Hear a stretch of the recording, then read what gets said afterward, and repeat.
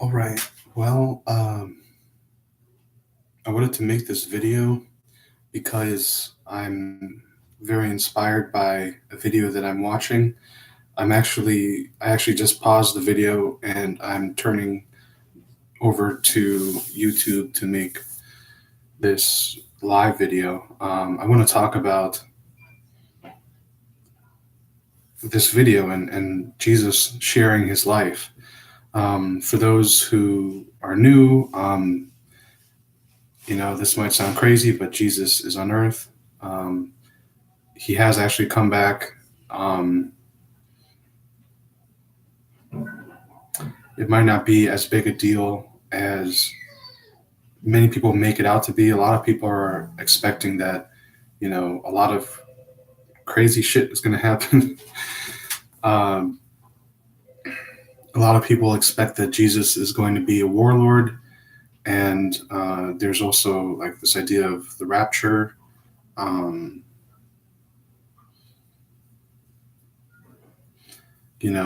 where people fly out of their bodies up to heaven and everyone else is doomed to a hellscape on earth. Uh, Believe it or not, Jesus is on earth, and I'm happy to have the opportunity to uh, disseminate that information. I'm extremely imperfect, and most people are not very interested in what I have to say. But that doesn't keep me from being, excited to take whatever opportunity I have to share the truth that I found. I'm honored. I feel honored that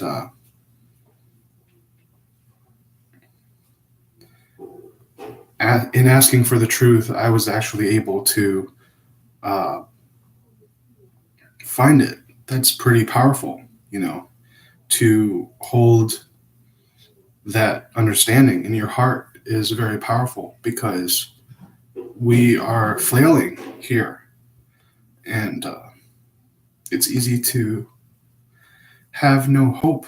You know, when you grow up experiencing trauma, as we all have done, and uh, you ask yourself, where is a better place to be? When will the suffering end? And you find few to no examples of good people. You find hypocrites everywhere, and you find people who lie without a second thought. And, honestly, myself, I have to be honest and say that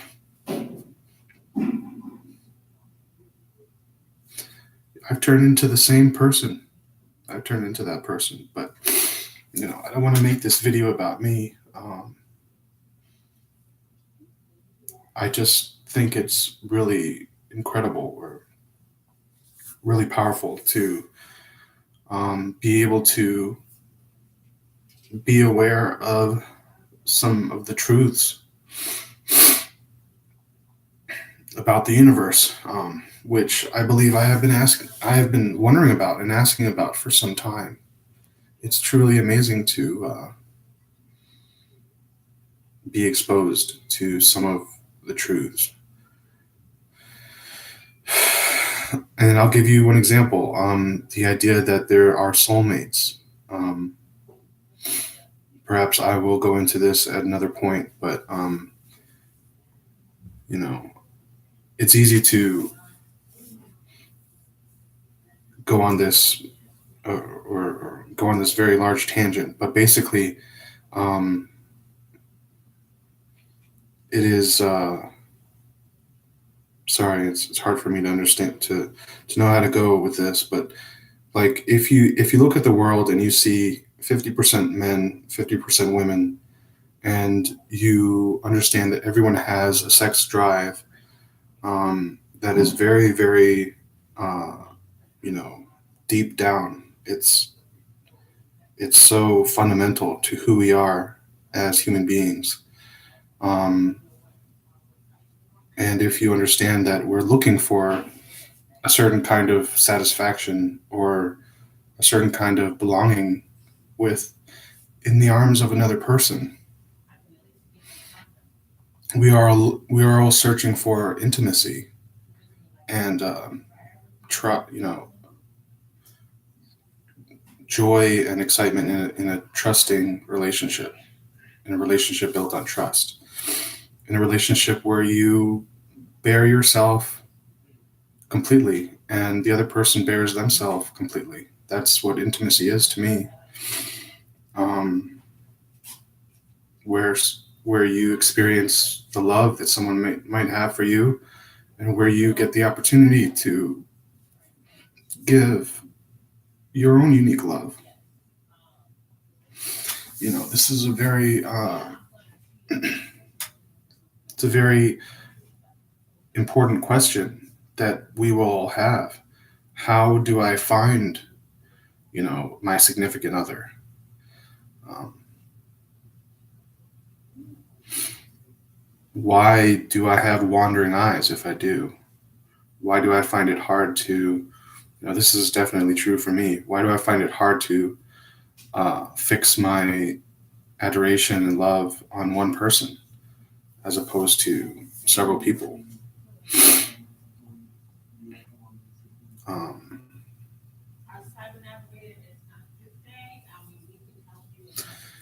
and my questions have led me to the truth that it goes even deeper than I imagined. I had imagined that there was one person out there for me. I didn't know if God always knew who that person was, or if time and events in one's life um, bear out that person.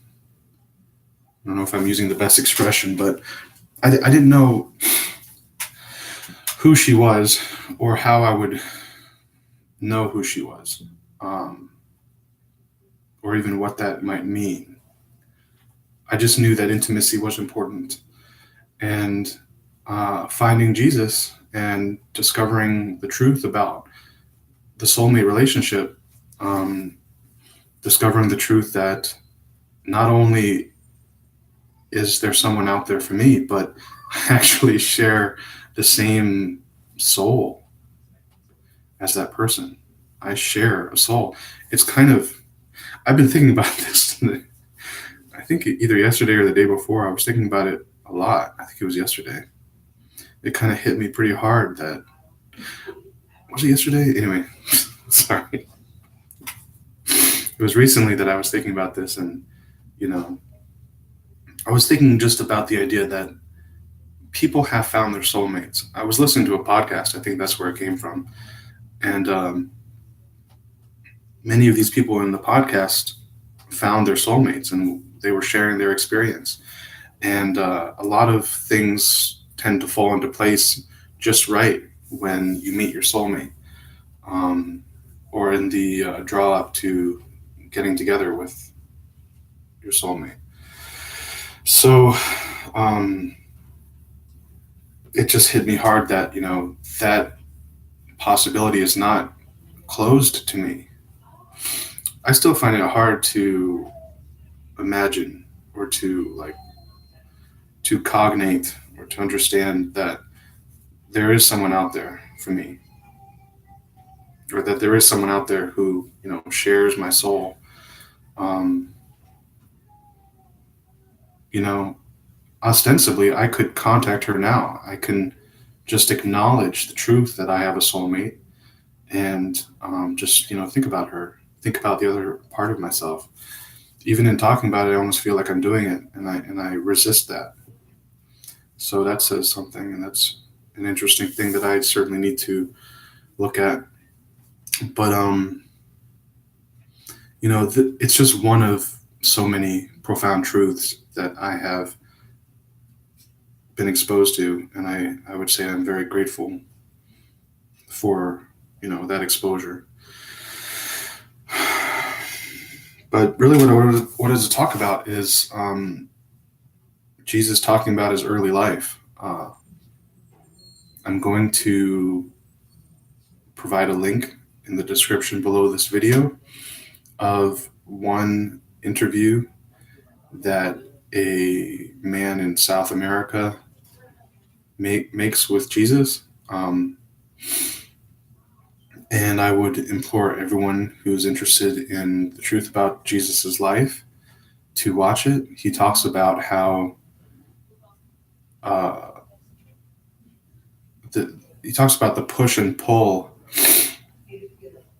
in his discovery that he is the Messiah.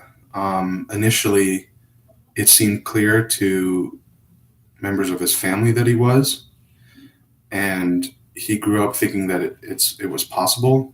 But at some juncture, really it was because of his father, who was sure that his son was the Messiah, Joseph. Um, it was because of his father that Jesus decided, I can't be the Messiah, because the person that my father wants me to be, my physical father, Joseph, is no one that I want to be. I am not interested in being that kind of person. So he doubted that he was the Messiah, although he had very many blessings, and he was a very intelligent young man, and very capable, very able to uh, absorb the truth, and he had the ability to see spirits. He had a deep connection to God, our Creator, our heavenly parent, um, and he spent many of his days, developing that connection with with our Creator. Um, but he couldn't believe that he could be the Messiah. But he researched, you know, with whatever research you could do at that time. I think he said that he looked at papyri, Papyri, which I think is paper from papyrus, like the papyrus tree, which I assume is the paper that they made back then. Of course, there were, texts. It's hard for me to imagine. I grew up in this world where, this modern age where you have books. So it's kind of hard for me to imagine, old time paper and people keeping them. I guess it makes sense, but for whatever reason, it's hard for me to imagine. But, he went to the temple and he studied these books, and um, he compared the information in those texts to the experience that uh, actual spirits could relate to him. So, if I didn't say it already, he was spiritually open, and he could see other people who had passed from the earth who no longer had physical bodies, and he could interact with these people. So, because of that, he was able to tell the truth from the fiction. And one very important thing is, and I was kind of shocked at this, I think he said as early as age 3, he received God's love, which I am just flabbergasted by. Um, the first time I think I ever received God's love was 14. If it happened before, I don't recall that. But I remember also praying to God and feeling, God's embrace almost. For me, it has something to do with gusts of wind. Um,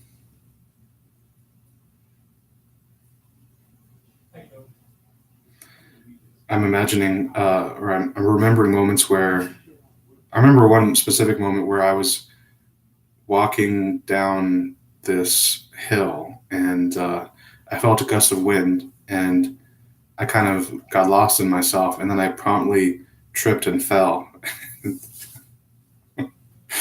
And then for some reason, falling down is so funny to me. When I was a kid, I would make this, Joker act out of falling down. There was one episode I remember in particular where I was at I was in the cafeteria. I was maybe 5 or 6, and I was carrying my tray to sit down, and I might have tripped on something or was about to fall, but I kind of knew that it was going to happen, and it could have been bad, but I decided to turn it into a joke, and I fell hilariously, and people noticed it and started laughing. uh, and I got a kick out of the laughter. So I fell again, and as I was attempting to get back up, sure enough, I would fall again, and it became this joke. And I remember in the back of the line having like who could fall the best.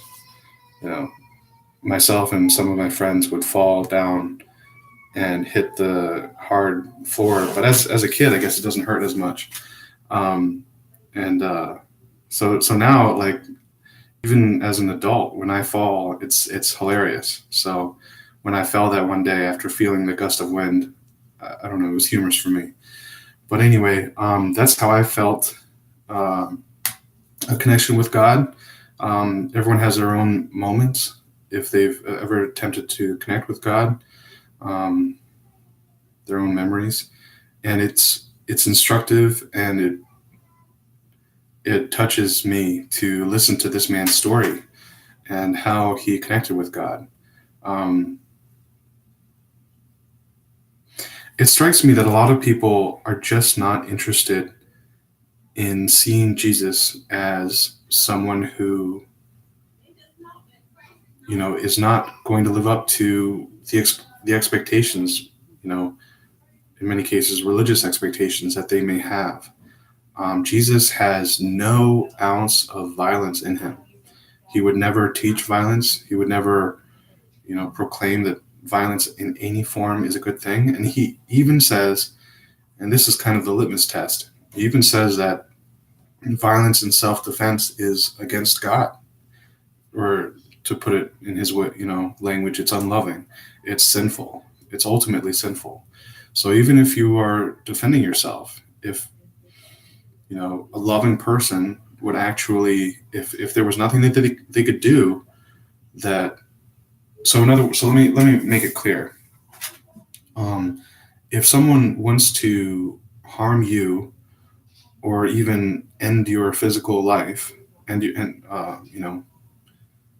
destroy your physical body or make yourself lose the connection, if someone wants to harm you, um, if you cannot restrict their ability to harm you in such a way as to not harm them. So that's a double negative. That might be kind of confusing. If someone attempts to harm you and you can't stop them without hurting them, then you, a loving person, sorry, I'm sorry if this is confusing. A loving person would not harm the person, even if they're being harmed. And this follows with Jesus' teachings of turn the other cheek. Um, the way the turn the other cheek teaching would fall, would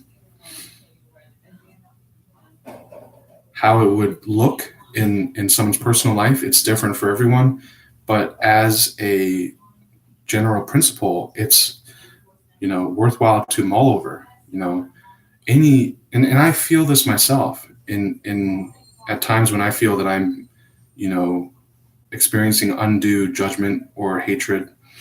I get angry. I get riled up, and I know that those emotions mean that I have significant problems when it comes to violence. I may not go out of my way to be violent towards others, but the simplest piece of judgment directed towards myself would is enough to make me fly into a rage. So that underscores the fact that I don't have this teaching in my heart. I like the teaching, the turn the other cheek, love your enemy teaching, but it's not, I don't fully embrace it.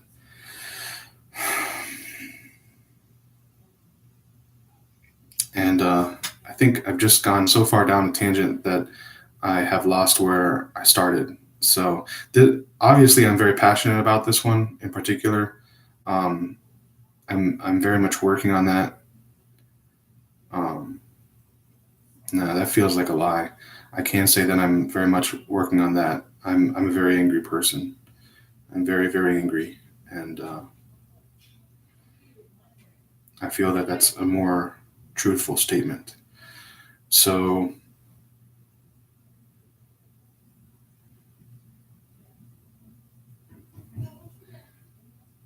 I'm trying to remember the point of this video and why I want to make it. I guess when Jesus talks about his early life, feel the weight of, you know, what other people are projecting onto him as far as what his responsibility in life is, what his role in life is. Oh yeah, I remember what I was talking about. People don't want a so-called pacifist Messiah to return to the earth. So when they see this man is sticking to his guns, like I've listened to a lot of people who uh, call themselves Christians, and they when they come across the passage "Love your enemy" or "Turn the other cheek," they go to other passages, or even the one "Turn your swords into plowshares." They